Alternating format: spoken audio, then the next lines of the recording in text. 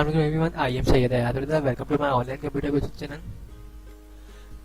दोस्तों, इस वीडियो में हम सीखेंगे कीबोर्ड शॉर्टकट कीज की मदद से हम किस तरीके से एक्सेल में डेट और टाइम ला सकते हैं। मैंने आपके सामने यहाँ पे लिखा हुआ है डेट की शॉर्टकट की है कंट्रोल कॉलन, और यहाँ पे डेट भी मेंशन है। इसी तरह अगर हमें टाइम चाहिए तो टाइम के लिए हम कीबोर्ड से कंट्रोल शिफ्ट कॉलन यूज करते हैं। ओके, तो ये मैं आपको एक दफा करके भी दिखाता हूँ प्रैक्टिकल। इसको मैं डिलीट करता हूँ,